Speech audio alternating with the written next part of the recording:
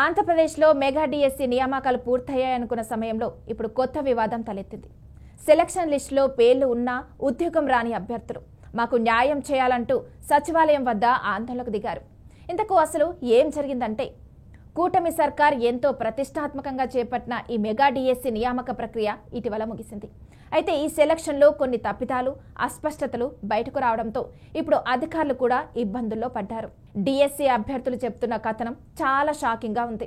వారంటున్నారు, మే 1:1 నిష్పత్తిలో ఎంపికయ్యాం, ధృవపత్రాలు వెరిఫై చేశారు, ఇంటర్వ్యూ జరిగింది, ఎంఈఓలు కూడా మాకు అభినందనలు చెప్పారు, ఉద్యోగం ఖాయమని చెప్పారు. కానీ తీరా సెలక్షన్ లిస్టు బయటకు వచ్చినప్పుడు మా పేరు లేదు, అలాగని రిజెక్ట్ లిస్టులో కూడా లేదు.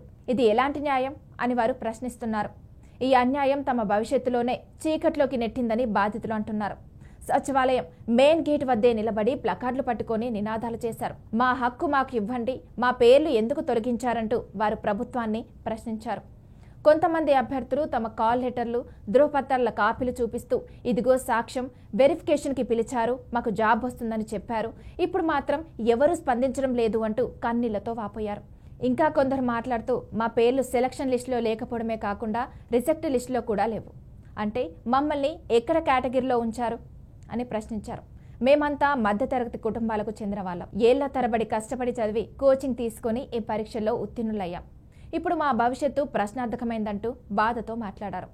ఆందోళనకారులు మంత్రి నారా లోకేష్ను కలిసేందుకు అనుమతి ఇవ్వాలని డిమాండ్ చేశారు. మాకు న్యాయం జరిగే వరకు వెనక్కి తగ్గమని నినాదాలు చేశారు. సచివాలయం వద్ద పోలీసులు జాగ్రత్తలు తీసుకున్నారు. ప్రభుత్వం త్వరలో ఈ అంశంపై స్పష్టత ఇవ్వాలని డిమాండ్ చేస్తున్నారు. డిఎస్సి నియామకాలతో ఇలాంటి లోపాలు రావడం కొత్త విషయం కాదు. ప్రతిసారి ఏదో ఒక కారణంతో కొంతమంది అభ్యర్థులు ఇరుక్కుంటారు. కానీ ఈసారి మాత్రం పరిస్థితి మరింత సీరియస్గా ఉంది. ఎందుకంటే అధికారికంగా ధృవపత్రాలు వెరిఫై చేయబడి కూడా ఉద్యోగాలు ఇవ్వకపోవడం తీవ్ర అనుమానాలకు దారితీస్తుంది. సీనియర్ టీచర్ యూనియన్లు కూడా ఈ అంశంపై స్పందిస్తూ వెరిఫికేషన్ తర్వాత పేరు తొలగించడం అంటే వ్యవస్థలో ఏదో గందరగోళం ఉంది అని వ్యాఖ్యానించారు.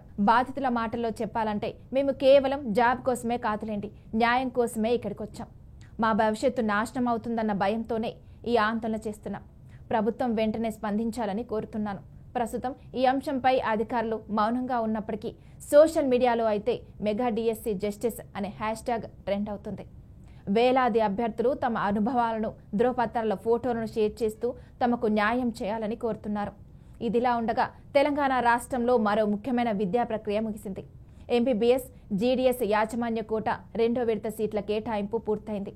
కాలేజీ ఆరోగ్య విశ్వవిద్యాలయం ప్రకటన ప్రకారం సీటు పొందిన విద్యార్థులు అక్టోబర్ 10 మధ్యాహ్నం 3 గంటల్లోపు తమ కాలేజీల్లో రిపోర్ట్ చేయాలని సూచించింది. మొత్తానికి ఒకవైపు తెలంగాణలో విద్యార్థులకు సీట్లు లభిస్తున్న వేళ, ఇంకోవైపు ఆంధ్రప్రదేశ్లో ఎంపికైన ఉద్యోగం రాని అభ్యర్థులు వీధుల్లో నిరసన చెందుతున్నారు. ప్రభుత్వం త్వరగా స్పందించి ఈ డిఎస్సి బాధితులకు న్యాయం చేస్తుందా లేదా అనేది ఇప్పుడు చూడాల్సింది.